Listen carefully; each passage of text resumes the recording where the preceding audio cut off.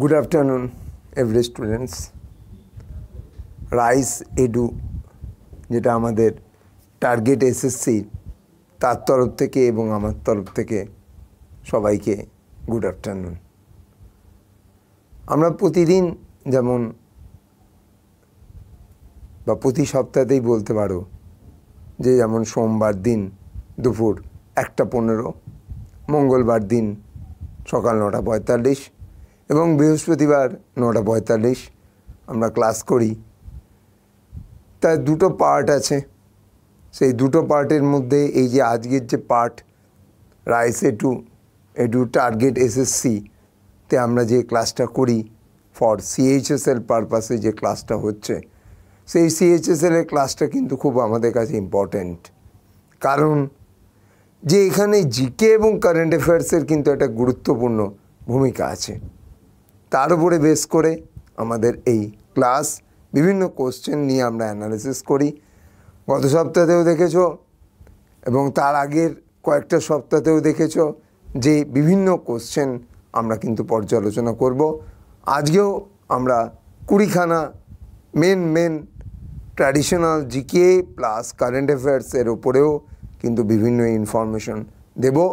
ক্লাসটা করতে থাকো এবং চ্যানেলটাকে আরও বেশি করে সাবস্ক্রাইব করো, তোমাদের বন্ধুদের কাছে লিঙ্ক পাঠিয়ে দাও এবং তারাও দেখুক এবং তারাও কিন্তু একদম পরীক্ষার জন্য যে প্রিপেয়ার্ড হচ্ছে সেটা তারা আবার ঝালিয়ে নিক। এই করেই কিন্তু আমাদের ক্লাস কিন্তু কন্টিনিউ হচ্ছে এবং রাইস স্মার্ট যেমন তোমাদের পাশে আছে, রাইস টার্গেট এসএসসি এটাও কিন্তু তোমাদের পাশে রয়েছে এবং মন দিয়ে ক্লাস করতে থাকো। তাহলে আজকে আমরা ক্লাস স্টার্ট করলাম এবং আজকে আমরা যেটা দেখব যে important GK and current affairs on SSC CHSL এর উপরে আমরা আজকে ক্লাস করব এবং সেখানে প্রথম question, what is the theme of world blood donor day for 2024? Blood donor day কবে সেলিব্রেট করা হয়? না, ব্লাড ডোনার ডে সেলিব্রেট করা হয় 14 June, world blood donor day. 14 June 2024-এ ওয়ার্ল্ড ব্লাড ডোনার্স ডেতে কী থিম ছিল? প্রথম যেটা বলেছে, give blood, give plasma, share life, share often, এটা একটা দিয়েছে। তাহলে এইটা হচ্ছে 2023-এর থিম, 2023-এর থিম। নেক্সট আরেকটা বলেছে 20 years of celebrating giving thank you blood donors. তাহলে এটা কি হবে? না, এটা অবশ্যই 2024 সালের থিম। আর বলেছে celebrating the vital role dairy plays in the delivering quality nutrition to the nourished to the world। আমি এখানে আরেকটা ডেজের থিম দিয়েছি 2024 সালের, সেটা হলো কি 1 June world milk day. 1 June world milk day. World milk day আমরা কবে সেলিব্রেট করি? না, ওয়ার্ল্ড মিল্ক ডে আমরা সেলিব্রেট করি 1 জুন। তাহলে ব্লাড ডোনার্স ডে বা ব্লাড ডোনার ডে 2023, আবার 20 years of celebrating giving thank you blood donors 2024-এর থিম, আর 1 জুন ওয়ার্ল্ড মিল্ক ডের থিম। তোমাদের বক্তব্য হচ্ছে, স্যার ডোনার বা ডোনার ডে বা অনেক জায়গায় ডোনার্স বলে, নো প্রবলেম, একদম করে দেখে নেবে। এই যে ডোনার্স কথাটা যদি ইউজ করি তাহলে আমাদেরই খুব সুবিধা। কেন জানো? তাহলে আমাদের এখানে ওয়ার্ল্ডে প্লাসটা 5টা এই ব্লাড ডোনার্স ডে, তাহলে এখানে আমরা 5টা পেলাম, এইখানে আমরা পাবো হচ্ছে কি না 6টা, আর এখানে কটা পাবো? 3টে, মোট যোগ করলে 14। যোগ করলে 14, আর এখানে যেহেতু আমরা 6 পাচ্ছি, জানুয়ারি, ফেব্রুয়ারি, মার্চ, এপ্রিল, মে, জুন, তাহলে কি হচ্ছে, মাসটা কি চলে আসছে না জুন। যদি আমরা ডোনার্স করি তাহলে আমাদের এই সুবিধাটা আমরা পেতে পারি। হ্যাঁ, আর যদি ডোনার থাকে তাহলে পারা যাবে না। আমি তোমাদের সেই রকম সিস্টেমেও দেখিয়ে দিলাম। তাহলে এই থিমগুলো কিন্তু আমাদের লাগবে এবং আমরা একটু ভালো করে দেখব। আর মনে রেখো, 1 জুন যেমন ওয়ার্ল্ড মিল্ক ডে, তেমনি 26 নভেম্বর ন্যাশনাল মিল্ক ডে। কার জন্মদিন? Verghese Kurian. Verghese Kurian associated with white revolution, যেটা ডেয়ারি ইন্ডাস্ট্রির সঙ্গে যুক্ত, তোমরা জানো। আবার 26 নভেম্বর কী হবে? ন্যাশনাল কনস্টিটিউশন ডেও সেলিব্রেট করা হয়ে থাকে। তাহলে এই জায়গাগুলো একটু ভালো করে মনে রাখবে। পরের কোশ্চেনে আমরা চলে যাব। Who among the following had been called surrender not? Madan Mohan Malaviya, Surendranath Banerjee, Feroze Shah Mehta, Gopal Krishna Gokhale. কাকে আমরা সারেন্ডার নট বলে থাকি? সারেন্ডার নট আমরা বলে থাকলাম, আমি যেটা আগে বললাম সেই অনুযায়ী যদি আমরা বলি সারেন্ডার নট, তাহলে কি হবে? SN ব্যানার্জি, সুরেন্দ্রনাথ বন্দ্যোপাধ্যায়। আমরা অবশ্যই সুরেন্দ্রনাথের মধ্যে প্রথমে কী পাবো? S, তারপরে কী পাবো? নাথে N, আর সারেন্ডার নট শব্দটার মধ্যেও আমরা কী পাবো? না S, তারপরেরটা কী পাবো? N। তাহলে আমরা তো এটা বলতেই পারি। আর মদন মোহন মালব্যকে আমরা কি বললাম? মহামান্য। মদন মোহন মালব্যকে মহামান্য কে বলেছিল? না রবীন্দ্রনাথ টেগোর এবং MK গান্ধী মদন মোহন মালব্যকে বলেছিল মহামান্য। এরপরে যদি আমরা গোপাল কৃষ্ণ গোখলের ক্ষেত্রে যাই তাহলে আমাদের অ্যান্সার কী হবে? মহামতি। মহামতি হচ্ছে গোপাল কৃষ্ণ গোখলে। তাহলে আমাদের তিনটেই ক্ষেত্রে আমরা আলোচনা করলাম, মদন মোহন মালব্য, সারেন্ডার নট, আবার গোপাল কৃষ্ণ গোখলে ক্ষেত্রে মহামতি। আমরা একটু বলে দিই যে এই সুরেন্দ্রনাথ বন্দ্যোপাধ্যায়কে আমরা বলতে পারি ক্রাউনলেস কিং অফ বেঙ্গল, বাংলার মুকুটহীন রাজা এই সুরেন্দ্রনাথ বন্দ্যোপাধ্যায়।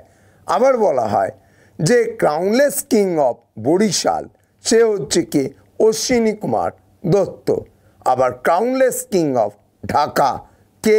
পুলিন বিহারী দাস। এবং এই অশ্বিনী কুমার দত্ত বা পুলিন বিহারী দাস এরা দুজনেই, একজনেই মানে অশ্বিনী কুমার দত্তের ক্ষেত্রে তিনি হলেন কে? না বরিশাল অনুশীলন সমিতির ফাউন্ডার, আর পুলিন বিহারী দাস ঢাকা অনুশীলন সমিতির ফাউন্ডার হিসাবে আমরা ধরতে পারি। তাই এতগুলো ইনফরমেশন কিন্তু আমাদের লাগবে। ফিরোজ শাহ মেহতার ক্ষেত্রে এইরকম কোনো নিকনেমস দেওয়া যায় না। তাহলে এই দুটো কোশ্চেন আমরা দেখলাম। পরের কোশ্চেনে আমরা চলে যাব। নেক্সট কোশ্চেন কি বলেছে? না Surendranath Banerjee's autobiography is called কি? না Hind Swaraj, a nation in making, young India, hints for self culture. কি হবে? না অবশ্যই অটোবায়োগ্রাফিটার নাম a nation in making, a nation in making. এবং দেখো প্রথমে কিন্তু এ আছে, এ মিন্স এখানে কি বোঝানো হয়েছে? অটোবায়োগ্রাফি। আরেকটা জিনিস কি লক্ষ্য করেছো যে সুরেন্দ্রনাথের নামের সে মানে সেকেন্ড ওয়ার্ডটা যেটা নাথ, সেখানে ফার্স্ট লেটার N আর এরও ফার্স্ট লেটার N। তাহলে এ নেশন ইন মেকিং অবশ্যই কার ক্ষেত্রে অ্যাপ্লিকেবল হবে? না সুরেন্দ্রনাথ বন্দ্যোপাধ্যায়ের ক্ষেত্রে অ্যাপ্লিকেবল হতে বাধ্য। তাহলে আমরা একটুখানি ছবিটা একটু দেখে নিই। এই হচ্ছে দেখো এ নেশন ইন মেকিংয়ের ছবি, SN ব্যানার্জির লেখা অটোবায়োগ্রাফি। অটোবায়োগ্রাফি মানে তোমরা জানো যে নিজেই নিজের জীবনী যখন লেখা হয়। তোমরা এর আগে পড়েছিলে বাবর অটো, জাহাঙ্গীর অটো। আমি এখানে অটো বলতে কিন্তু অটোবায়োগ্রাফিকে বুঝিয়েছি। তুজুক ই জাহাঙ্গীরি বা জাহাঙ্গীরি নামা, এটা হলো জাহাঙ্গীরের অটোবায়োগ্রাফি। তুজুক ই বাবরি বা বাবর নামা, এটা হচ্ছে বাবরের অটোবায়োগ্রাফি। তাহলে আলটিমেটলি কি হলো? মাত্র দুজন মুঘল সম্রাট কি করতে পারতো না, টোটো চালানোর সময় যেমন হয় এখানে কি করতে পারতো না, অটো চালাতে পারতো। তারা কখনোই কিন্তু টোটো চালায়নি বলে টোটো ট্রাইব হয়নি, আর তারা অটো চালিয়েছিল বলে অটোবায়োগ্রাফি লিখতে পেরেছিল। এই হচ্ছে মেন ব্যাপার। তাহলে হিন্দ স্বরাজ और इंडियन होम रूल लीग কার লেখা না এম.কে. গান্ধীর লেখা। মাই এক্সপেরিমেন্টস উইথ ট্রুথ কার লেখা না এটাও এম.কে. গান্ধীর লেখা। এবং তোমাদের এর আগে বলেছিলাম গান্ধীজি এক্সপেরিমেন্ট করেছিল, তাই মাই এক্সপেরিমেন্টস উইথ ট্রুথ। আর ইন্দিরা গান্ধী সে এক্সপেরিমেন্ট করেনি, তাই মাই ট্রুথ। এই হলো আমাদের পুরো ব্যাপারটা। তাহলে আমরা এখান থেকেও যদি আমরা একটু দেখি যে এই যে ইয়ং ইন্ডিয়া বলো, এরপরে আমরা আরেকটা ছবিতে দেখতে পাবো who among of the following is known as Shaheed-e Azam. কী হবে? চন্দ্রশেখর আজাদ, রামপ্রসাদ বিসমিল, ভগৎ সিং, সুভাষচন্দ্র বোস। আমরা কি দেখব? শহীদে আজম। তাহলে এখানে আমাদের অ্যান্সার কি হবে না শহীদে আজম হচ্ছে ভগৎ সিং। তোমরা জানো যে 1931 লাহোর সেন্ট্রাল জেলে ভগৎ সিং সুখদেব রাজগুরুর কি হয়েছিল? হ্যাং টু ডেথ হয়েছিল। মোদি সরকার আসবার পর 2015 সাল থেকে 23 মার্চ ন্যাশনাল মার্টিয়ার ডে আমরা সেলিব্রেট করি। এর আগে আমরা জাতীয় শহীদ দিবস পালন করতাম কবে? 30শে জানুয়ারি। না কেন না death anniversary of MK. Gandhi 1948 আমরা পালন করতাম। এবং এই যে ভগৎ সিং বলা হচ্ছে, এই ভগৎ সিং কী করেছিল না ইনকিলাব জিন্দাবাদ এই স্লোগানটাকে পপুলারাইজ করেছিল। আর ইনকিলাব জিন্দাবাদ এটাকে প্রথম কয়েন করেছিল কিন্তু হজরত মোহানি, এটা কিন্তু মনে রাখবে। আর ভগৎ সিংয়ের একটা বিখ্যাত স্টেটমেন্ট, এটা আমাদের পরীক্ষায় দেয়, the sword of revolution is sharpened on the whetting stone of ideas. Bhagat Singh বলেছে। আর এই ভগৎ সিংকেই আমরা বলছি কি শহীদে আজম। আর এইখানে আরেকটা অপশন আমাদের ক্ষেত্রে কাজ করবে, সুভাষচন্দ্র বোস। সুভাষচন্দ্র বোসকে আমরা কি বলতে পারি?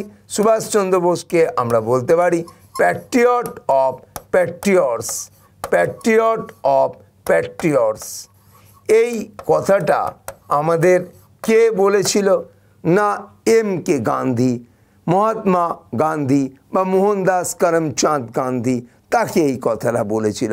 কেন না এস.সি. বোস তার মানে তোমার এম.কে. গান্ধীর ওয়াইফের কস্তুরবা গান্ধীর ডেথ কন্ডোলেন্স মেসেজে এম.কে. গান্ধীকে the father of the nation বলে অভিহিত করেছিলেন। তখনই এস.সি. বোসকে এম.কে. গান্ধী বলল কি প্যাট্রিয়ট অফ প্যাট্রিয়টস। তাহলে এটা আমাদের ইজিলি আমরা অ্যান্সার করতে পারবো এবং আমাদের অ্যান্সার অবশ্যই সুভাষচন্দ্র বোস হয়ে গেল। পরের কোশ্চেনে আমরা যাব। নেক্সট কোশ্চেন আমাদেরকে কি বলেছে না নেক্সট কোশ্চেন বলেছে হু wrote Gita Rahasya, which is commentary on the Bhagavad Gita in the Mandalay jail of Myanmar.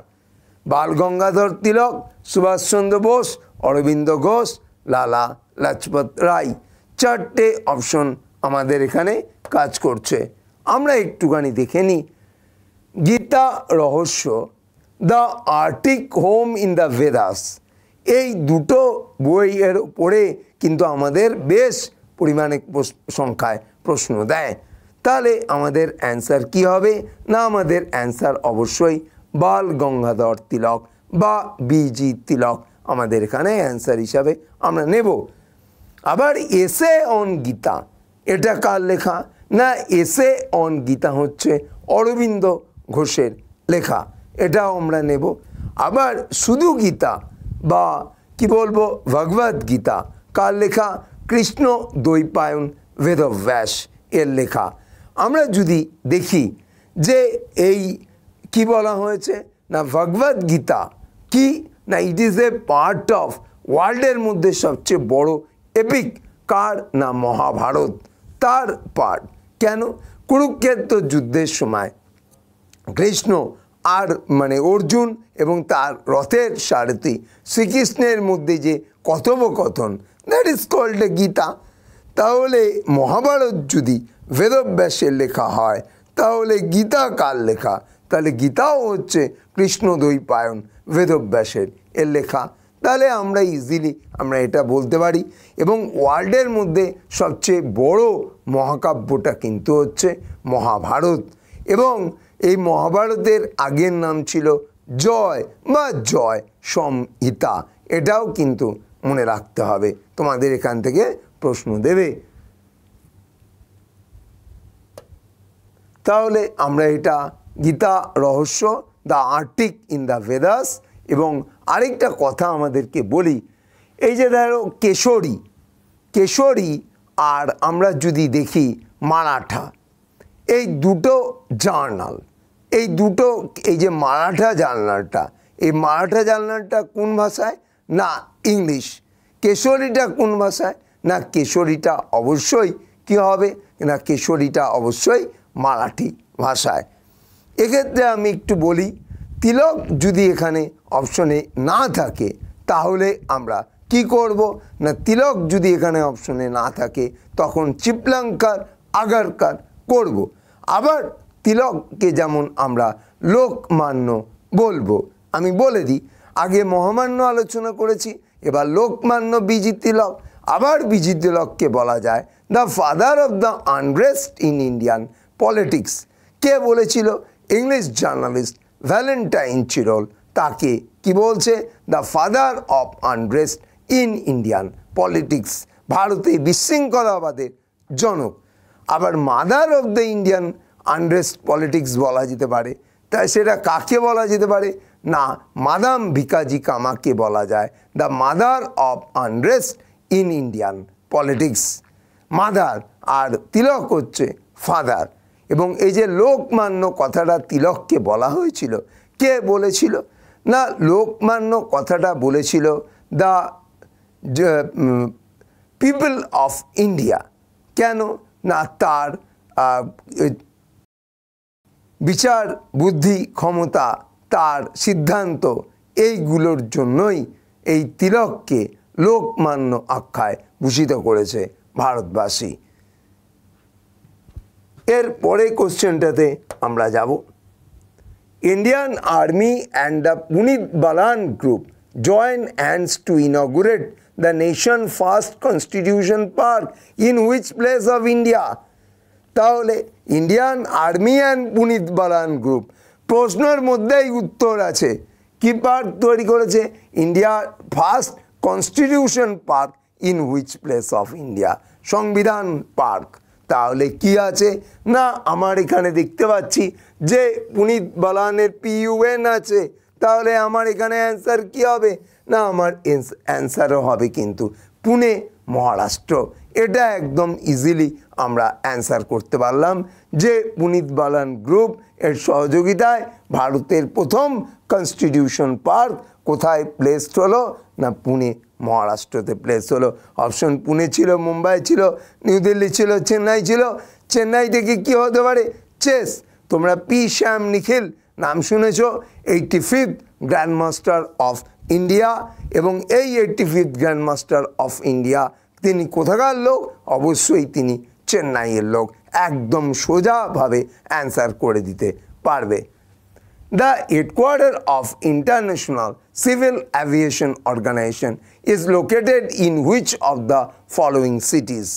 আমি আবার বলি, ইন্টারন্যাশনাল সিভিল অ্যাভিয়েশন অর্গানাইজেশন তোমাদেরকে শেখানো ছিল কি যে ইন্টারন্যাশনাল লাস্টে অর্গানাইজেশন হলে জেনেভা করবে, কিন্তু দুটো ব্যতিক্রম তোমাদেরকে শিখিয়ে দেওয়া হয়েছিল, একটা আইসিএও আরেকটা হচ্ছে আইএমও। তাহলে এটা এক নম্বর ব্যতিক্রমের মধ্যে পড়ে যাবে ICAO, international civil aviation organisation. তাহলে এখানে কি হবে? মন্ট্রিল। তা মন্ট্রিল জায়গাটা কোথায়? না মন্ট্রিল জায়গাটা হচ্ছে কানাডাতে অবস্থিত। আর তোমরা যদি বলো যে ইউএনডব্লিউটিও, ইউনাইটেড নেশনস কি না, ওয়ার্ল্ড ট্যুরিজম অর্গানাইজেশন নয়, ইউনাইটেড নেশনস, কি হবে না অবশ্যই ওয়ার্ল্ড ট্যুরিজম অর্গানাইজেশনকেই আমরা এখানে ধরবো না, ওয়ার্ল্ড ট্রেড অর্গানাইজেশনকে কিন্তু আমরা ধরবো না। এবং এর জানো আইসিওতে মেম্বার্স সংখ্যাও কিন্তু আমি এখানে বলে দিয়েছিলাম কত, 193, যেমন ইউএন জেনারেল অ্যাসেম্বলিতে 193 মেম্বার্স রয়েছে। তাহলে মন্ট্রিল কানাডাতে হচ্ছে আইসিএওর হেডকোয়ার্টার, আর আইএমওর হেডকোয়ার্টার হচ্ছে লন্ডন ইউকে। আর মাদ্রিদে আমি যেটা দেখালাম UNWTO, United Nations World Tourism Organisation. আর শুধু যদি থাকতো যেটা ওয়ার্ল্ড ট্যুরিজম অর্গানাইজেশন তুমি যদি বলতে, তাহলে ফার্স্টে ওয়ার্ল্ড লাস্টে অর্গানাইজেশন, তাহলে হেডকোয়ার্টার জেনেভাতে চলে যেত। কিন্তু সামনে ইউএন শব্দটা রয়েছে বলে তার সেটা জেনেভাতে গিয়ে পৌঁছতে পারেনি, জেনেভা পর্যন্ত ট্রেন যায়নি, মাদ্রিদ পর্যন্ত ট্রেন গিয়ে থেমে গেছে। তাহলে মাদ্রিদ কোথায়? না একদম স্পেনে অবস্থিত। পরে question, who is the author of the book name unhappy India? আমরা একটু দেখে নিই। এই দেখো, একটু আগেই তোমাদেরকে আমি বলেছিলাম পরের স্লাইডে ইয়ং ইন্ডিয়া দেখবে, সেই ইয়ং ইন্ডিয়া দেখতে পাচ্ছ। ইয়ং ইন্ডিয়া কার লেখা? না লালা লাজপত রায়ের লেখা। দ্য আর্য সমাজ, তোমরা 1875-এ দয়ানন্দ সরস্বতীর কথা মনে করতে পারছো, কিন্তু দয়ানন্দ সরস্বতী আর্য সমাজের ফাউন্ডার, কিন্তু এখানে আর্য সমাজ কী হিসাবে এসছে? না বই হিসাবে এসছে। কার? লালা লাজপত রায়ের। আবার লালা লাজপত রায়ের একটা বই দ্য পোটেনশিয়াল, আরেকটা বই আনহ্যাপি ইন্ডিয়া। তাহলে এই চারটে বইয়েরই লেখক কিন্তু লালা লাজপত রায়, যাকে আমরা পাঞ্জাব কেশরী বলে অভিহিত করে থাকতে পারি, যার নাম তুমি সাইমন কমিশনের ক্ষেত্রে পাবে। এগুলো আমাদের কিন্তু কোশ্চেনে আসবে। তাহলে আমরা এই জায়গাটাকে ভালো করে দেখব। এবং এইখানে আমাদের প্রশ্নেতে যেটা আমরা বলেছিলাম যে কি বলা হয়েছিল, না জওহরলাল নেহরু নয়, ডিসকভারি অফ ইন্ডিয়া হতো। অ্যান্সার লালা লাজপত রায় হলো, সঞ্জয় বাড়িও নয়, জয়শঙ্কর প্রসাদও নয়। Next, playing it my way is an autobiography of MS. Dhoni, Rahul Dravid, Sachin Tendulkar, Yuvraj Singh. চারটে অপশন রয়েছে প্লেইং ইট মাই ওয়ে। তাহলে এটা কার অটোবায়োগ্রাফি আমরা দেখব। Playing it my way it is a Sachin টেন্ডুলকরের অটোবায়োগ্রাফি। এবং the nice guy who finish biography Rahul Dravid আর দেবেন্দ্র প্রভুদেশাইয়ের সঙ্গে লেখা। এটাকে আমরা ঠিক অটোবায়োগ্রাফি বলতে পারি না, বায়োগ্রাফি বলাটাই বেটার। আমরা যদি আরেকটু ডিটেলসে যাই, এস এগেনস্ট অডস কার অটোবায়োগ্রাফি? না সানিয়া মির্জা কি খেলেন? না সানিয়া মির্জা লন টেনিসের সঙ্গে যুক্ত।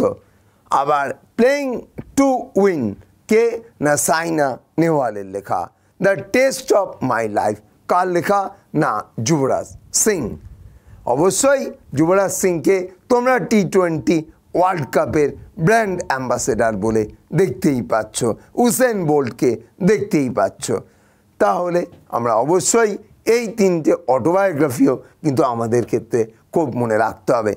Sourav Ganguly a century is not enough, একটা ঘটনা আছে, এটাকে অটোমেটিক্যালি তুমি অটোবায়োগ্রাফি বলতে পারো, এ আছে, it is not a problem. কিন্তু এখানে সৌরভ গাঙ্গুলির এই লেখার মধ্যে কিন্তু উইথ গৌতম ভট্টাচার্যাও রয়েছে, তাহলে অনেক সময় এটাকে অটোবায়োগ্রাফি না বলে বায়োগ্রাফিও তুমি বলতে পারো। মিলখা সিং, দ্য ফ্লাইং সিখ তোমরা জানো, the race of my life, আবার straight from the heart, the বিখ্যাত বই রিটেন বাই কে, কপিল দেব, এটাও আমাদেরকে মনে রাখতে হবে ভালো করে, এটাও আমাদের প্রশ্নতে কিন্তু দেবে। আবার দেখো এমসি মেরিকম কি না আনব্রেকেবল, এমসি মেরিকমকে আমরা কি বলেছি, ম্যাগনিফিসেন্ট মেরি। আবার ইন্দিরা গান্ধী অপশনে না থাকলে তোমাদেরকে বলা আছে আয়রন লেডি অফ ইন্ডিয়া, কাকে বলবে, এমসি মেরিকমকে তোমরা বলবে। সেক্স মেশিন একদম দেখতেই পাচ্ছ ক্রিস গেলের autobiography. Golden girl PT Usha, Indian Olympic অ্যাসোসিয়েশনের প্রেসিডেন্ট এই পিটি উষা। তাহলে আমাদের এইগুলো থেকেও কিন্তু আমাদের প্রশ্ন আসবে। Who has been appointed as new the national ambassador for UNICEF India in recently? Sachin Tendulkar, Kareena Kapoor Khan, Ayushmann Khurrana, Katrina Kaif।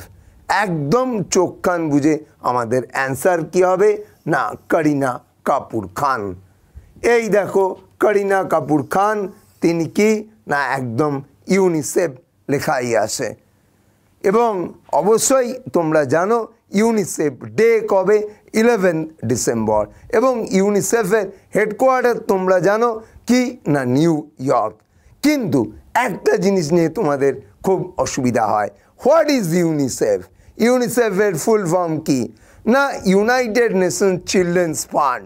তুমি যদি ইন্টারন্যাশনাল কথাটা ব্যবহার করো, এমার্জেন্সি কথাটা ব্যবহার করো, তাহলে কিন্তু ভুল হয়ে যাবে। তাই আমরা কি বলবো, United nation children's fund, why it is the full form of the UNICEF. ভালো করে কিন্তু একদম মনে রাখবে, হেডকোয়ার্টার নিউ ইয়র্কে, এবং 11 ডিসেম্বর হচ্ছে ইউনিসেফ ডে আমরা সেলিব্রেট করি। সেম অ্যাজ ইউনেস্কোর হেডকোয়ার্টার হচ্ছে কোথায় না প্যারিস, ফ্রান্স, এটাও কিন্তু মাথায় রাখবে। সচিন টেন্ডুলকার নভেম্বর 2013-এ ইউনিসেফের brand ambassador. Ayushman Khurrana February 2023-তে। Kareena Kapoor Khan May 2024। UNICEF new national ambassador for every child. এই কথাটা কিন্তু এখানে জুড়বে, এই কথাটা এখানে কিন্তু জুড়বে, এই কথাটা আমাদের এখানে জুড়ে আসবে। কিন্তু অবশ্যই আমাদের দেখবে আয়ুষ্মান খুরানার ক্ষেত্রে, আমাদের এই করিনা কাপুর খানের ক্ষেত্রে ভেরি ভেরি ইম্পর্টেন্ট। আর বিশেষ করে এই দুটো লাইন আমাদের ক্ষেত্রে খুব, যে new national ambassador for every child, hashtag for child, এই কাজটা কিন্তু আমাদের লাগবে। তাহলে এই দুটো মানে এই দুটো বা তিনটে ইনফরমেশন কিন্তু আমাদের একদম important. An autobiography toward freedom was written by Jawaharlal Nehru, B.R. Ambedkar, Subhash Chandra Bose, Annie Besant। বইয়ের ছবিটা দেখেই বুঝতে পারছো অ্যান অটোবায়োগ্রাফি টুয়ার্ড ফ্রিডম, এটা কার লেখা? অবশ্যই জেএল নেহেরু। এবং তোমরা জানো যে ভারতের সবচেয়ে দীর্ঘ সময়ের প্রধানমন্ত্রী কিন্তু এই জওহরলাল নেহেরু। এবং তিনি কি বলেছিলেন? আরাম আরাম হ্যাঁ। তাই আমাদের কম্পিটিটিভ এক্সামের ক্ষেত্রেও আমাদের কিন্তু এই বাক্যটা মনে রাখতে হবে, আরাম আরাম হ্যাঁ। যত আমরা কাজ পেন্ডিং রেখে দেব তত কিন্তু আমাদের পক্ষে বিপজ্জনক। তাই কি করতে হবে?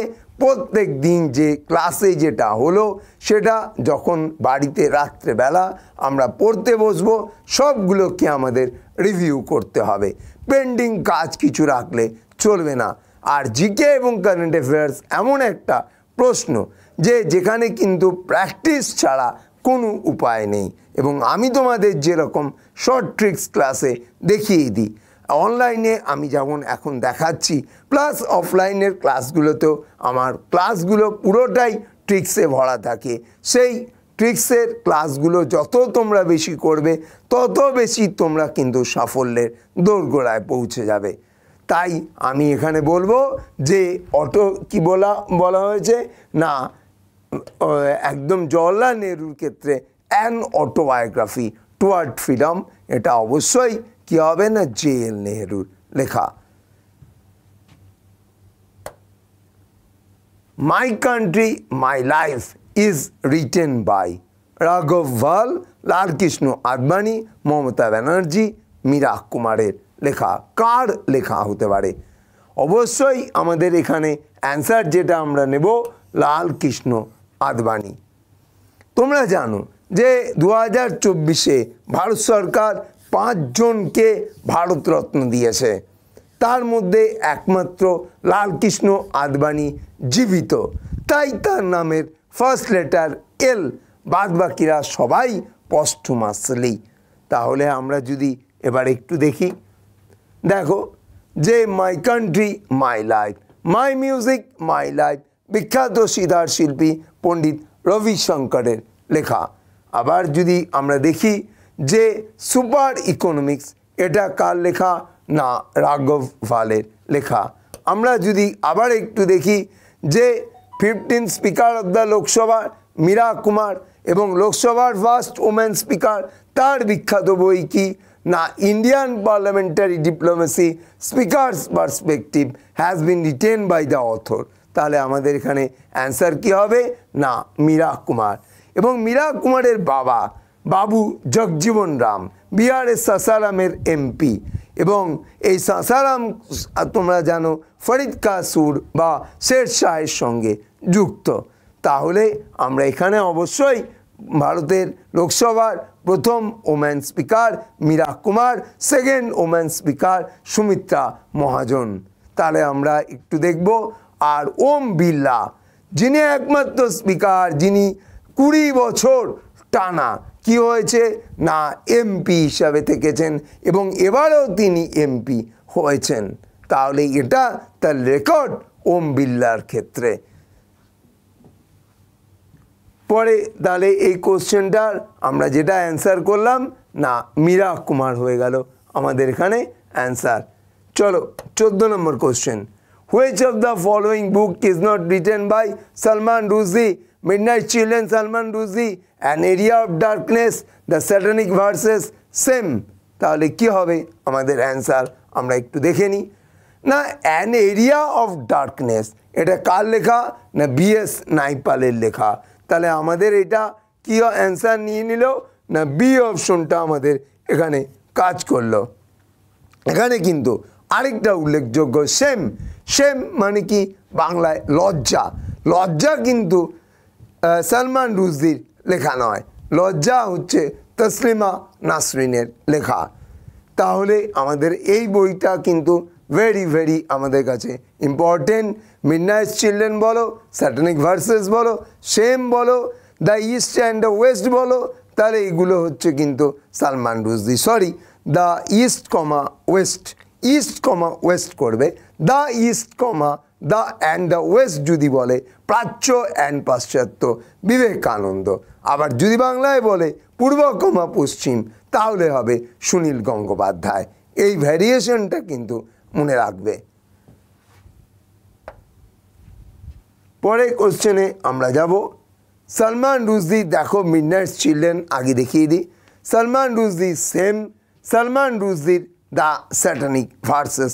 একদম ছবিগুলোকে চোখের মধ্যে ভাসাও যাতে পরীক্ষার সময় প্রশ্ন এলে ছবিগুলো তোমার চোখে ভেসে আসতে পারে। Which of the following is known as the highest battlefield of the world? কী হবে না অবশ্যই সিয়াচিন গ্লেশিয়ার, একদম highest battle field of the world. এবং সিয়াচিন গ্লেশিয়ারে আমরা ইন্দো পাক বর্ডার আমরা দেখতে পাই। এবং এর সঙ্গে আরেকটা জিনিস আমরা মনে রাখবো, captain Shiva Chauhan, an officer from the corps of the electronics and mechanical engineer, became the first woman officer to be operationally deployed at Kumar Post in the Siachen Glacier, which is located at an altitude of 15,632 feet. 15,632 foot উঁচুতে তার posting, প্রথম মহিলা। এবং অবশ্যই শিবা চৌহান সিয়াচিনেই তার deployment হবে। কেন না তার নামের মধ্যেও দেখো SH রয়েছে, সিয়াচিনের মধ্যেও আমরা পেয়ে যেতে পারি কিন্তু একদম এ দেখো S, অবশ্যই এখানেও I আছে, A আছে, তাহলে শিবা চৌহানের সঙ্গে কিন্তু সিয়াচিন গ্লেশিয়ার একদম ম্যাচ করে যায়। তাহলে অবশ্যই আমাদের এখানে এই অ্যান্সারটাও কিন্তু ভাবে প্রশ্নটা এলে নেব যে সিয়াচিনে প্রথম কোন মহিলাকে তার ডিপ্লয়মেন্ট করা হয়, এমপ্লয়মেন্ট নয় ডিপ্লয়মেন্ট করা হয়, তাহলে অবশ্যই আমাদের Shiva Chauhan. Who is called the iron man of India? Vallabhbhai Patel, MK Gandhi, Bal Gangadhar Tilak, Jawaharlal Nehru. আমরা কি বলতে পারি? জওহরলাল নেহেরুকে চাচা, বাল গঙ্গাধর তিলককে লোকমান্য, MK গান্ধীকে কি না বলো না MK গান্ধীকে আমরা মহাত্মা কে দিয়েছিল? RN টেগোর। আবার SC বোস বা সরোজিনী নাইডু কি বলেছিল? The father of the nation. তার কান দুটো বড় হওয়ার জন্য সরোজিনী নাইডু তাকে কি বলেছিল? Mickey mouse. আর তাহলে পড়ে হইল কে না Vallabhbhai Patel, iron man of India. তাহলে বল্লভভাই প্যাটেলকে আমরা আয়রন ম্যান অফ ইন্ডিয়া বলি। আয়রন লেডি অফ ইন্ডিয়া যদি বলি ইন্দিরা গান্ধী। ওয়ার্ল্ডের মধ্যে আয়রন ম্যান বলতে বিসমার্ককে বোঝায়, আর ওয়ার্ল্ডের ইউকের আয়রন লেডি বলতে বোঝায় Margaret Thatcher, first woman prime minister of the UK, আমরা এটা বলতে পারি। আর বলা হয় বিজেপির লৌহ পুরুষ কাকে না লালকৃষ্ণ আদবানি। লালকৃষ্ণ আদবানির এল আছে, তাহলে লোহা যদি বলি তাহলে এটা আমাদের অনেক সময় ম্যাচ করে যাবে। তাহলে এই ক্ষেত্রে আমাদের এই প্রশ্নটার ক্ষেত্রে অ্যান্সার কিন্তু হলো যে কি Sardar Patel first deputy PM of India, এবং তিনি কবে থেকে কবে পর্যন্ত first minister of the home affairs, কবে থেকে 15ই আগস্ট 47 থেকে 15ই ডিসেম্বর 50, আর ডেপুটি PM হচ্ছে 15 August 1947 to 15 December 1950, Sardar Vallabhbhai Patel. এবং খুব ভালো করে যদি আমরা দেখি, দেখো H for home, A for affairs, আর I ফর 1 নম্বর, তাহলে প্রথম স্বরাষ্ট্রমন্ত্রী তিনি হতে বাধ্য। পরে কোশ্চেনে আমরা যাব। is also known as the light of Asia, Rumi, Buddha, Gandhi, Swami Vivekananda. তাহলে আমাদের এখানে লাইট অফ এশিয়ার অ্যান্সার কী হবে না বুদ্ধ, একদম Gautam Buddha. Rousseau of India যদি বলা যায় তবে স্বামী বিবেকানন্দ অ্যান্সার হবে। এবং দ্য লাইট অফ এশিয়া বলে আমাদের এই যে বই, এই বইটার অথর কাকে তোমরা দেখতে পারো। এবং দ্য লাইট অফ এশিয়া এখন কংগ্রেস লিডার, তোমরা একটুখানি মনে করে অ্যান্সার দেবে। জয়রাম রমেশের লেখা দ্য লাইট অফ এশিয়া। তাহলে আমরা এইখান থেকেও আমরা উত্তর করতে পারবো। Losar festival celebrated by the people of the tribe Khasi, Kodava, Munda, Monpa. Losar কারা করে না লোসার ফেস্টিভ্যাল, একদম তোমরা ছবি দেখতে পাচ্ছ। Losar festival celebrated Dharamshala, Himachal Pradesh, celebrated on the first day of the lunisolar Tibetan calendar, New Year. Losar is a festival of Tibetan Buddhism. তাহলে এদের মধ্যে মনপা এ কোথায় থাকে না মনপাড়া অবশ্যই অরুণাচল প্রদেশে থাকবে, এবং তারা সেলিব্রেট করবে কি না লোসার ফেস্টিভ্যাল। তাহলে আমরা এখানে অ্যান্সার কি করব না লোসার মনপা। চলো পরের কোশ্চেনে আমরা যাব। New year তিবেতান Losar festival Buddhist, শুধুমাত্র অরুণাচল নয়, হিমাচলেও হয়, আর সিকিমেও হয়, লাদাখেও হয়, এবং গোম্পাসকে ডেডিকেটেড করা হয়। আমি এখানে একদম করেও দিয়েছি, দেখো, Sikkim, Arunachal Pradesh and some parts of Himachal too. তাহলে নেক্সট কোশ্চেনে আমরা যাব। The painting Damayanti was painted by Raja Ravi Varma হবে অ্যান্সার। এবং রাজা রবি বর্মাকে বলা হয় the father of the modern art in India. একদম চোখ কান বুঝে আমরা একটু ছবিগুলো দেখে নিই। তার জীবন অবলম্বনে ফিল্ম রং রসিয়া, রাজা রবি বর্মার ছবি। এবং অবশ্যই আবার দেখো যে হংস অ্যান্ড দময়ন্তী, যশোদা অ্যান্ড কৃষ্ণ দময়ন্তী, এগুলো কিন্তু রাজা রবি বর্মার। বা galaxy of the musician, Ahalya, lady in the moonlight, এগুলো রাজা রবি বর্মার আঁকা। এখান থেকে কিন্তু অনেকবার প্রশ্ন দিয়েছে, আবারও দেবে CHSL-এ। অবনীন্দ্রনাথ টেগোরের মধ্যে the passing of Shahjahan, Ashoka's queen, Buddha as mendicant, এখান থেকেও আমাদের প্রশ্ন দিতে পারে। Kalbelia is a folk dance of which Indian state following states of India. তাহলে হিমাচল, রাজস্থান, তামিলনাড়ু, আসাম। তাহলে আমাদের একসঙ্গে জোরদার অ্যান্সার কি হবে? রাজস্থান। কালবেলিয়া ট্রাইব, তারা কি করে না এই কালবেলিয়া ফোক ডান্সটা তারা করে থাকে। কালবেলিয়া এবং ফোক ডান্স এবং কালবেলিয়া ট্রাইব দুটোই কিন্তু সেম নেম, এক নামে কিন্তু পরিচিত। পরের কোশ্চেনে আমরা যাব। হুইচ, এবার একটা অতিরিক্ত কোশ্চেন আমরা করব। Which wild life sanctuary is a tri state protected area in northern India? Dandeli sanctuary, Bhadra sanctuary, Chinar sanctuary, national Chambal sanctuary. তাহলে আমাদের এখানটা হলো কি না একদম ন্যাশনাল চম্বল স্যাংচুয়ারি, যেখানটাতে আমরা তিনটে অ্যানিমেলকে খুব ভালোভাবে দেখতে পাবো। কী কী অ্যানিমেল না ক্রিটিক্যালি এন্ডেঞ্জার্ড ঘড়িয়াল, the red crowned root turtle and the endangered Gangetic dolphin. আমরা ছবিতেও এই দেখো রুট টার্টেলের ছবি দেখতে পাচ্ছি, গ্যাঞ্জেটিক ডলফিনের ছবি দেখতে পাচ্ছি, আবার এটা ঘড়িয়ালের ছবি দেখতে পাচ্ছি। তার চেয়েও আরও বেশি গুরুত্বপূর্ণ, এটা কোন কোন স্টেটের মধ্যে আমরা দেখতে পাই। এই দেখো কি কি স্টেট না রাজস্থান, মধ্যপ্রদেশ অ্যান্ড উত্তরপ্রদেশ, এই তিনটে স্টেটের মধ্যে। শুরু হয়েছিল কিন্তু মধ্যপ্রদেশ দিয়ে, এবং টোটাল ক্ষেত্রফলটাও আমি একদম হাইলাইটেড করে লিখে দিয়েছি। এবং মনে রাখবে তিনটে অ্যানিমেলের জন্য এটা বিখ্যাত, এন্ডেঞ্জার্ড ঘড়িয়াল, রেড ক্রাউন্ড রুট টার্টেল এবং এন্ডেঞ্জার্ড গ্যাঞ্জেস রিভার ডলফিন, যেটাকে গ্যাঞ্জেটিক ডলফিন বলো, যেটা national aquatic animal of India, যেটা state aquatic animal of the UP. এইগুলো তোমরা অবশ্যই করতে পারবে। তাহলে আজকে আমরা এই 20খানা প্রশ্ন প্লাস এক্সট্রা কোশ্চেনটা নিয়ে আলোচনা করলাম, এবং এগুলো কিন্তু খুব ভেরি ভেরি ইম্পর্টেন্ট। আমাদের পরীক্ষায় প্রিভিয়াস ইয়ারে এই কোশ্চেনগুলো দিয়েছিল, তাই আমরা এগুলোকে আলোচনা করেছি। এবং এগুলো কিন্তু ক্লাসটা বারবার দেখার সঙ্গে সঙ্গে আর কি করবে, বাড়িতে কিন্তু প্র্যাকটিস করবে। প্র্যাকটিস না করলে কিন্তু মনে থাকবে না, কেননা পড়ার চেয়েও জরুরি কিন্তু প্র্যাকটিস।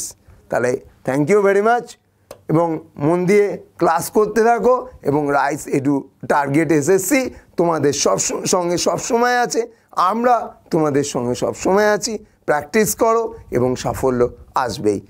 আগামীকাল সকাল 9:45-এ রাইস স্মার্ট ইউটিউব বাংলা চ্যানেলে তোমাদের সঙ্গে দেখা হচ্ছে। আজকের দিনটা তোমাদের খুবই খুবই ভালো যাক। থ্যাংক ইউ, রাখলাম।